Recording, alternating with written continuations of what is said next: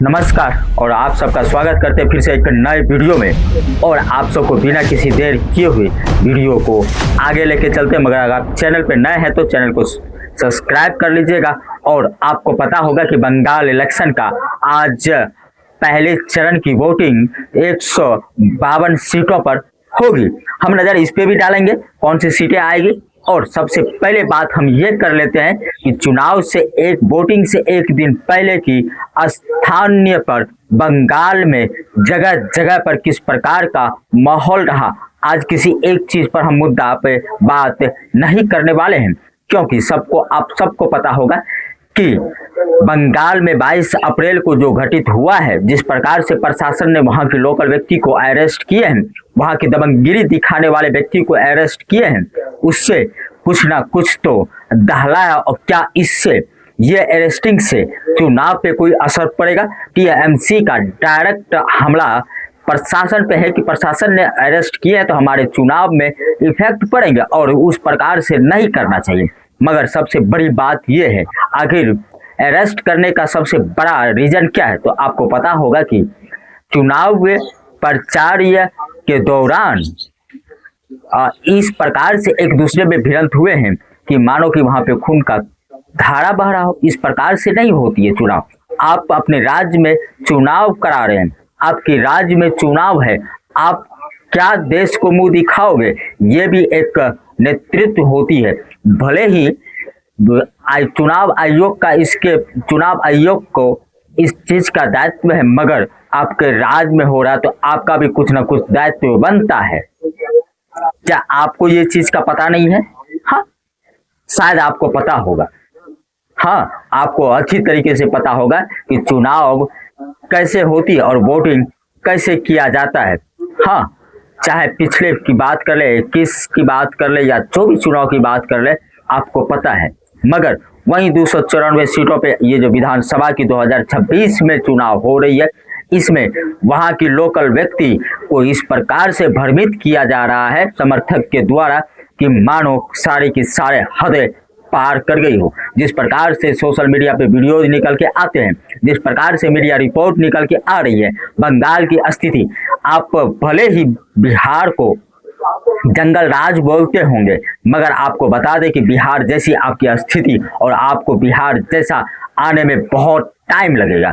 हाँ, ये खुली चुनौती है, क्योंकि बिहार में मर्डर नहीं होती है, मारे नहीं होती है, झड़प नहीं होता है, एक दूसरे में भिड़ंत नहीं होता है। यहाँ पे सम्मान किया जाता है, चाहे वो विरोधी दल से खड़ा हो या विपक्ष या सत्ताधारी दल से खड़ा हो। वहां पे लड़ाई नहीं होती, एक दूसरे को चरण स्पर्श होते हैं, शीश नमन होती है। मगर बंगाल में शीश नमन नहीं हो रही है, सर धड़ से अलग के नारे लगते हैं और इस प्रकार से चौकों पर मारपीट होती है, जो कि प्रशासन के नाकों तले दम निकल रही हो। प्रशासन को संभालना मुश्किल हो रहा है वहां पे। और उसी बीच में चुनाव आयोग ने जिस प्रकार से ठोस कदम उठाए हैं, ये तो लग रहा है किसी युद्ध से कम नहीं है। क्यों? ये भी सबसे बड़ा देखने लायक चीज है। किसी भी चुनाव में आज तक इस प्रकार से टैंक उतारे हुए नहीं देखे थे, बुलेट प्रूफ गाड़ी नहीं आए थे, मगर बंगाल चुनाव में बुलेट प्रूफ गाड़ी भी आ चुकी है प्रशासन के पास। और जिस प्रकार से मालदा से अरेस्ट किए गए, कोलकाता से अरेस्ट किए गए, हावड़ा से अरेस्ट किए गए, कुंज बिहार से अरेस्ट किए गए, मानो सर आपका हाथ जोड़ते हैं कि थोड़ा कम से कम चुनाव तो होने दीजिए, नहीं तो बंगाल की छवि इस प्रकार से देश में खराब हो रही है कि आप कहीं मुंह दिखाने लायक नहीं होंगे। आपकी झारखंड से भी खराब परफॉर्म है सर। आप एक दूसरे में भिड़ंत कर रहे हैं, एक दूसरे प्रत्याशी को इस प्रकार से लाठी लेकर के खदेड़ रहे हैं, दौड़ा रहे हैं रोड पे। ये नहीं होती है। जिस प्रकार से रैली हो रही है और रैली के दरमियान बिजली का कटना, ये भी एक सबसे बड़ा सवाल है।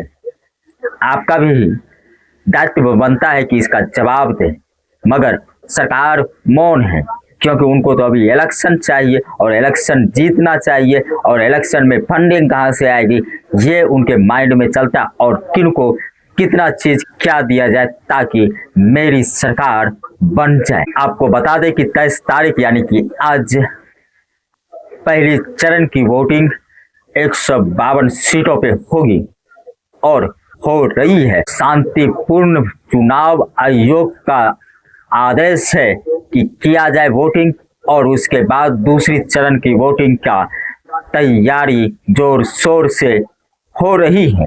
मगर सबसे बड़ा सवाल, आखिर ये दंगा इस प्रकार से शोर क्यों मचा रही है? अब ज्यादातर जहाँ वोटिंग डेट नजदीक आ रहे हैं, फर्स्ट चरण का तो वोट आज है, मगर दूसरे चरण का वोट डेट नजदीक आ रहे हैं, वहां पे आग सुलग रही है।